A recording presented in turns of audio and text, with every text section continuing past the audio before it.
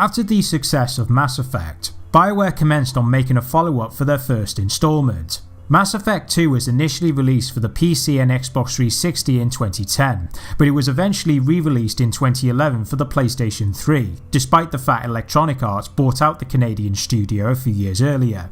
BioWare didn't just want to iron out the creases in the first game, they also planned to incorporate new features that would make it a step over its predecessor.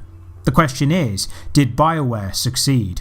Now's probably a good time to fill me in on the details. Taking place several weeks after the attack on the Citadel, the Normandy and the crew are scouting for Geth activity, but out of nowhere, an unknown ship attacks the Alliance vessel and forces them to abandon ship. Unfortunately, Commander Shepard is left spaced and crash lands on the nearest planet. Luckily, Shepard is resurrected by a pro-human organisation called Cerberus, and Miranda is one of the people responsible for the Commander's resurrection. Shepard also realises the organisation is run by the Illusive man, who tells him or her that human colonies have been going missing, and he's convinced the Collectors are cooperating with the Reapers. Despite the distrust between the two parties, Shepard agrees to stop these attacks on humanity. With a new ship and a combination of new and old faces, he or she is tasked to gather a crew, as well as other resources in order to overcome the substantial odds. The story this time around is a lot darker compared to the predecessor. Not only Shepard is working for an extremist corporation, the game's universe looks grungier, and as generic this may sound, the characters are complex and undergo their own arcs. Aside from the change in tone, the story is very engaging from start to finish, and it's also helped by the excellent voice acting. Some characters like Tali and Garrus are more than happy to join your crew, but Shepard will encounter new faces such as Jack, Grunt, Morden, Samara and Thane. BioWare wanted to make your companions integral to the narrative, and they did this with the loyalty missions. Not only it allows the opportunity to uncover their backstory, these missions are essential if you want to make them survive the quote suicide mission. Romance also makes a return in Mass Effect 2, but unlike the first game where you had 3 characters to make love with, the sequel offers more choices, such as Garrus and Tali being optional due to fan requests. Assuming their loyalty missions are being completed, Shepard can develop a romance with that chosen character, and after a few conversations, they'll get the impression they want you. Just make sure that Shepard isn't in a current relationship, otherwise you could face backlash later down the line. If we can figure out a way to make it work, then yeah, definitely. However, for the purpose of this video, I've decided to have my female Shepard romance with Garrus, as he's one of my favourite characters in the entire series, not to mention he's also hilarious when it comes to romance. From a storytelling perspective, Mass Effect 2 is definitely gets a plus, but the positives don't stop there. Because Shepard was brought back to life by Cerberus, you're given the choice to create your own avatar, or by choosing one of the default presets. However, if you kept your save from the previous game, not only his or her facial features will carry over, but also the choices you made as well. But regardless of whether you played the previous game or not, you'll be required to select a specific class, which will determine what weapons and powers will be available. Saying the gameplay is an improvement would be an understatement, because the difference between this and its predecessor is like night and day. Everything from the controls to the game's interface has been significantly reworked, such as getting in and out of cover with a press of a button, weapons consume ammo, and the stat screen is simplified. Initially, the combat can be alienating if you're conditioned to the old controls, but once you get used to them, you'll realise how better they are. Your main objective is to gather allies and resources in order to hit the Collector's homeworld, and as you complete missions you'll earn squad points which can improve Shepard's abilities as well as his or her companions. If you manage to max out a specific attribute, the game will give you 2 choices of how that perk will behave. Some options will be straightforward, such as increased health or increased damage, but other abilities could benefit your entire squad. Weapons and other attributes can be upgraded by gathering resource points by mining planets, but alternatively they can also be purchased from merchants, and if you keep your eyes open, upgrades can be found from dead enemies. What's this? Mass Effect 2 still encourages to use different tactics according to the situation, as some enemies may charge your position, some recharge their health over time, and some will set up shields for cover.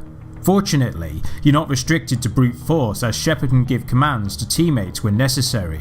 It also helps that you can give individual orders as well as split up in order to cover more ground, something that wasn't possible in the previous game. Add to the fact your powers can be remapped to certain buttons on the fly, I did find myself utilising all of these elements.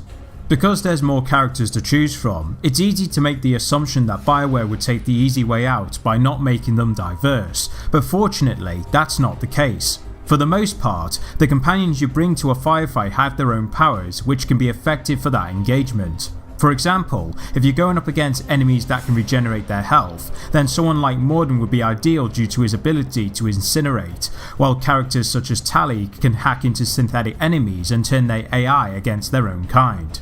This, coupled with the fact you can order them to focus on different targets, keeps the combat engaging. On the highest difficulty, it's common sense to take the right companions, otherwise the last thing your team wants is the inability to combat that enemy type. Let's remember that next time Shepard sets us up against impossible odds. Not often enough. Aside from killing your opposition, the dialogue choices make a return with the addition of Paragon and Renegade interruptions. At certain points during a cutscene, you're given the opportunity to intervene based on the circumstances. Whatever path you choose, these moments contribute to your Paragon or Renegade meter respectively, in addition to keeping the NPC interactions fresh. Also, because Shepard's scars didn't fully heal at the beginning of the game, you can either perform Paragon actions to heal them, or choose the Renegade path to make them more prominent, although if you have 50,000 platinum they can be removed. What I'm about to talk about next, it may be considered as a spoiler, so if you don't want to see it, I advise you skip to this part in the video. As I said before, you're tasked to gather allies and resources in order to destroy the collector base, but how you play the suicide mission can determine who lives and who dies. For your first playthrough, it's possible you won't get everyone out in one piece, but if the right choices are made, it's very satisfying to get all of these likeable characters to survive. It's one of those moments where all of the loyalty missions, the interactions with the crew, all come down to this, and it gives a sense of satisfaction because they all mattered. Despite Mass Effect 2's darker setting, the graphics have been improved over the original. One of the criticisms that the first game got was the amount of texture popping, and while it does make a presence sometimes, it's nowhere near as noticeable in the sequel. The contrast between light and shadows could have eased up in some scenes, but to its credit there are some shots that look incredible and complement the dystopian tone that BioWare went for. It's also not afraid to take inspiration from other science fiction. For example, the collector ship you'll infiltrate is reminiscent of Alien, and the planet Ilium looks inspired from Blade Runner. Combined with its superb soundtrack and well-written characters, it pulls you into the Mass Effect universe. The only negatives I can think of is that the loading screens are a bit too long, with some can last up to at least a minute, and if you die you have to wait at least 30 seconds for the game to load up again. However, Mass Effect 2 autosaves more often this time around, and therefore you don't have to save manually so often. Also, there'll be times when friction occurs between the crew after certain loyalty missions. While these moments are a welcome addition as they require you to settle the issue, I just wish there could have been more of these since they only happened twice, which makes them feel like a wasted opportunity. To put it in conclusion, did BioWare succeed with this game? Definitely. Mass Effect 2 is an example of a sequel done right, as it not only addresses the issues from the first game, it also punches above its weight by introducing new characters, engaging combat, better visuals and a compelling story that makes your decisions matter. Mass Effect 2 took me at least 18 hours to beat on the normal difficulty, and that was including all of the loyalty missions. With all of its perks, it's not only one of the best games in the trilogy, but one of the best games of the 7th console generation. Now if you excuse me, I've got some calibrations to make.